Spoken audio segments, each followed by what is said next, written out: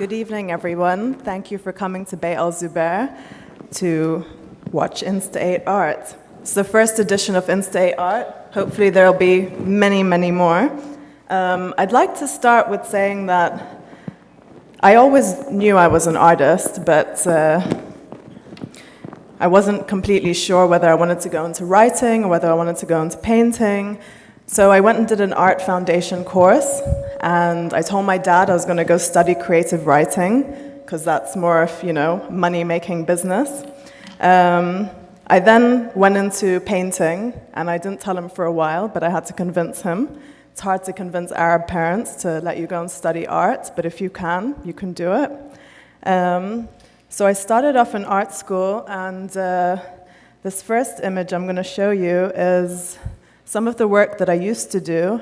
I studied figurative art and drawing from anatomy and drawing the body from within. So a lot of my initial drawings at that stage in my career, I suppose, was a lot about anatomy, about people, and this is a piece that basically represents being lost. As an artist, sometimes it's hard to find ourselves and find a place that will fully accept us. I had a great teacher at art school, and he told me before I left, get on everything. Get on Tumblr, get on Instagram, get on any type of social media that you can possibly get on to get your art out there. So I did it. I went on everything, and I'm on everything. And then somebody noticed me and decided to give me a job working at a gallery, and it was purely through social media. And I ended up working for a great place, Beit Al Zubair, the home of art in Oman. This is one of the apps that I use. What I use a lot, actually, is time-lapse, and it's 15 seconds of, basically showing people how you paint, and you've got to keep the phone really steady, and no one can call you for a good 2 hours. Otherwise, you've got to ignore their phone call in order to get a good video. And so this is me painting a painting called Companions from Beyond, which I started, I think, a few years ago. So I think that time-lapse is a really efficient tool for social media, because the best way to get out there now, I think, is through videos. I then started to get really influenced by Oman and the architecture and Mashrabiyya pattern that I saw everywhere. So I started drawing out these patterns and decided to make them into paper cuts, which takes a long time, cutting each piece. But then the good thing is that you can reuse them. So this stencil is something that I use later on. I'm going to show you this video because this is how I begin most of my pieces. All of the pieces I do, I work on the ground. I work with lots of water, lots of ink. I leave it there to dry. So I kind of let nature take its course as well. And sometimes you end up with something great, sometimes you end up with something not so great, but I think it's important to make those mistakes because they teach you, how to move on, and sometimes great things come from experiments.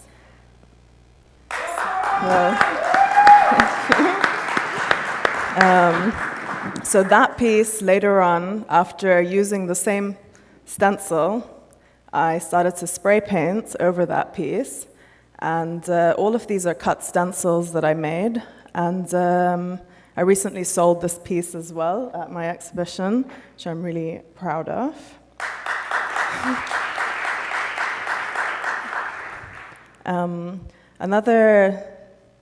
Then I started to get a little bit more intricate with my stencils. I realized I could fold them and create a symmetry out of them. So I've taken, the typical Islamic Mashrabiyya pattern, and I've put in a few dark elements into it. Sometimes people don't notice it, sometimes they do. But that's basically one of the stencils. It's about that big, and I can use it many, many times to spray paint through. Another app that I found on the iPhone was something recently called Motion Portrait. I took one of my old drawings and it basically animates it for you. So if your drawing looks enough like a person, it can then start moving and doing all these strange things, which I know it's quite a freaky drawing. But and when she moves, it's even freakier. She's taken on a life of her own.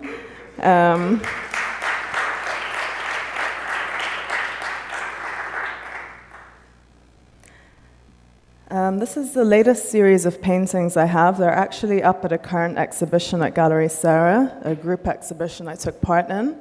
It's called Another World. These are all different elements in Oman. I'm very attracted to industrial things. And I think that what stood out most to me was these oil rigs and oil donkeys and pylons. I think that they look like sculptures, and I decided to depict them in different ways. So these are 4 paintings from a series called Oil Dreams. I just want to say that as an artist, it's very important to create an input into the world because you make people look at things in a different way. You give them a different perspective of something they won't normally have seen before. I think if you're an artist, it's your goal to affect people, whether it's negative or whether it's positive. You choose to emphasize on something that people wouldn't normally look at, and I think that's a really big deal. And I think if someone criticizes your work, it means that you've affected them somehow, whether it's good or bad. And I think that art is a question mark. It should never be an answer. It's something that will progressively go on and on as we grow and learn and continue. And that is it from me.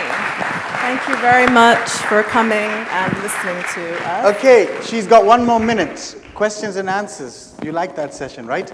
Can you go back to the app and talk about that one and tell people what app is it exactly? It's called Motion Portrait. You can actually do it with anyone's faces, but if your artwork looks enough like a person's face, it will pick it up. And yeah, I actually did this while I was eating, so it picked up on my mouth movements, and that's why, yeah. Where's the volume? Oh, there's no volume. No, there's no sound on any of the videos. All right, you managed to do that. Yeah. Another thing I wanted to ask while your time is gone, because you got 49 seconds. When you did this specific art, did you think of PDO so you can sell it immediately? Maybe Dalil? Everyone that's come to the exhibition has said, have you spoken to the director of PDO? And I'm like, no, I don't even know his name. But I hope that someone sees it and someone... Inshallah. The good thing is that they're all sold. So brilliant. If anybody wants to commission any, able to do it again. Well done. We got 10 seconds. One more question. No question? Good. I like the bit that you said art should be a question mark and not an answer. That was fantastic. Thank you very much, Farah. That was brilliant.